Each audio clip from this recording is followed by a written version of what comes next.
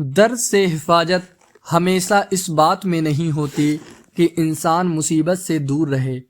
کئی بار انسان ہر کوشش کر لیتا ہے خود کو بچانے کی، پھر بھی درد اس کی زندگی میں آ ہی جاتا ہے، اور تب دل میں ایک سوال اٹھتا ہے کہ اگر خدا میرے ساتھ ہے تو یہ سب میرے ساتھ کیوں ہو رہا ہے؟ اصل حقیقت یہ ہے کہ اللہ کی حفاظت ہمیشہ ہمیں سمجھ نہیں آتی۔ کبھی کبھی وہ درد کو آنے دیتا ہے تاکہ انسان کے اندر کچھ غلط ٹوٹ جائے اور کچھ صحیح زندہ ہو جائے، کیونکہ اللہ اس دل کی حفاظت کرتا ہے جو پاک رہتا ہے، اس روح کی جو ہر حال میں اسی کی طرف لوٹتی ہے، اور اس عورت کی جو ڈر کے بجائے ایمان کو چنتی ہے۔ آج کی دنیا میں بہت سی عورتیں ہیں جو باہر سے مسکراتی ہوئی نظر آتی ہیں لیکن اندر سے روز ٹوٹتی ہیں۔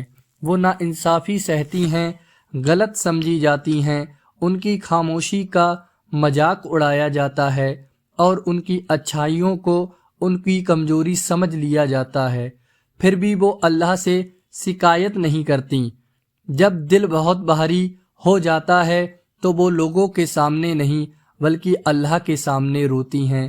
یہیں سے اللہ کی حفاظت شروع ہوتی ہے، کیونکہ جب انسان ٹوٹ کر بھی اللہ سے جڑا رہتا ہے تو اللہ اسے ان دردوں سے بھی بچا لیتا ہے جو ابھی آنے والے ہوتے ہیں۔ آج بہت سی عورتیں یہ سوچ کر پریشان رہتی ہیں کہ میری زندگی میں ہی ایسا کیوں ہوتا ہے، میں ہی ہر بار کیوں دھوکہ کھا جاتی ہوں، میں ہی ہر رشتے میں سب سے زیادہ کرتی ہوں اور بدلے میں صرف درد پاتی ہوں۔ لیکن وہ یہ نہیں جانتی کہ کبھی کبھی اللہ کسی کو گرانے سے نہیں بلکہ گرنے والے راستے سے ہٹا کر بچاتا ہے، کیونکہ جب اللہ کسی عورت سے سچی محبت کرتا ہے تو وہ اسے ہر چیز نہیں دیتا بلکہ کچھ لوگوں سے دور کر دیتا ہے، اور یہی دوری اس کی سب سے بڑی حفاظت بن جاتی ہے۔ پہلی نشانی یہ ہوتی ہے کہ وہ عورت لوگوں کو کھونے لگتی ہے لیکن سکون پانے لگتی ہے۔ شروعات میں اسے لگتا ہے جیسے سب کچھ ایک ساتھ چھن رہا ہو۔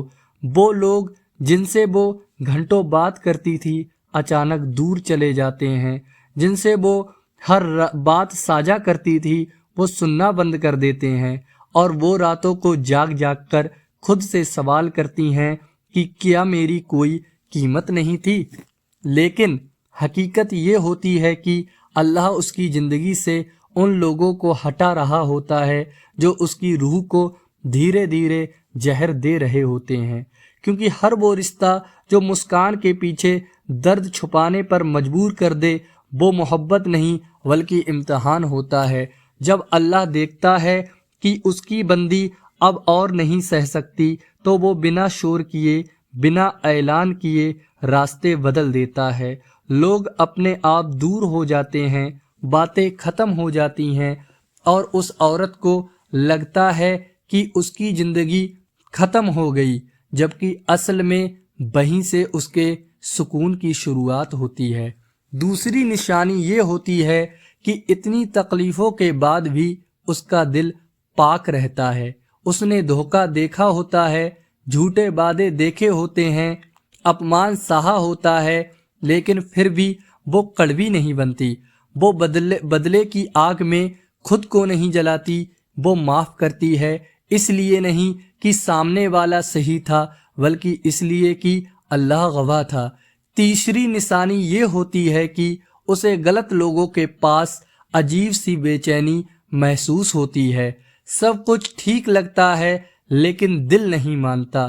یہ بے چینی اس کی کمزوری نہیں بلکہ اللہ کی طرف سے ایک خاموش چیتاونی ہوتی ہے، اور اسے وقت رہتے بچا لیتی ہے۔ چوتھی نشانی یہ ہوتی ہے کہ وہ مضبوط بنتی ہے لیکن سخت نہیں۔ درد نے اسے سمجھدار بنا دیا ہوتا ہے لیکن بے رحم نہیں۔ وہ حدیں بناتی ہے لیکن دیواریں نہیں۔ اب وہ ہر کسی پر بھروسہ نہیں کرتی لیکن انسانیت پر یقین نہیں کھوتی۔ پانچویں نشانی یہ ہوتی ہے کہ اس کی دعا اس کی سب سے بڑی طاقت بن جاتی ہے۔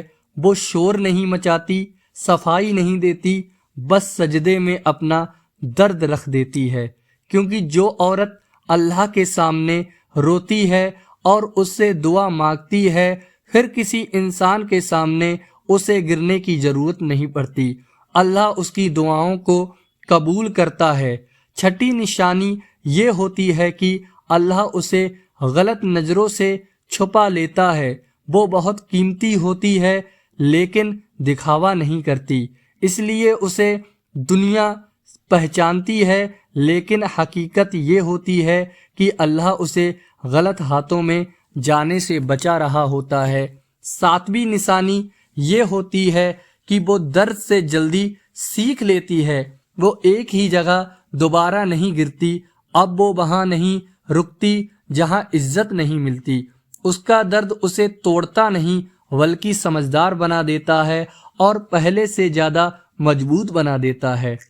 آٹھویں نشانی یہ ہوتی ہے کہ اس کے آس پاس لوگ کم ہوتے ہیں لیکن صحیح ہوتے ہیں، اس کی زندگی میں بھیڑ نہیں ہوتی بلکہ سکون اور چین ہوتا ہے، رشتے دکھاوے کے نہیں بلکہ دعاؤں سے جڑے ہوتے ہیں، اور آخر کار وہ یہ سمجھ جاتی ہے کہ اس کا سہارا کوئی انسان نہیں بلکہ صرف اللہ ہے۔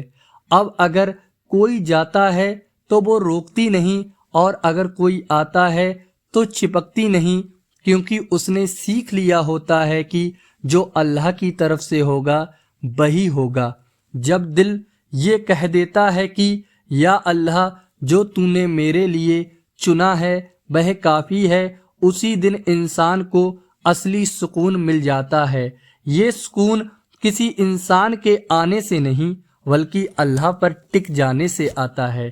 اگر آج یہ الفاظ آپ کے دل تک پہنچے ہوں تو یقین رکھیے آپ اکیلی نہیں، جو گیا وہ آپ کو توڑنے نہیں آیا تھا، وہ آپ کو اللہ کے قریب اور قریب لانے کے لیے آیا تھا۔ اور اگر دل چاہے تو اس ویڈیو کو سننے کے بعد آپ اللہ کافی ہے یہ لکھ دیں کمنٹ میں۔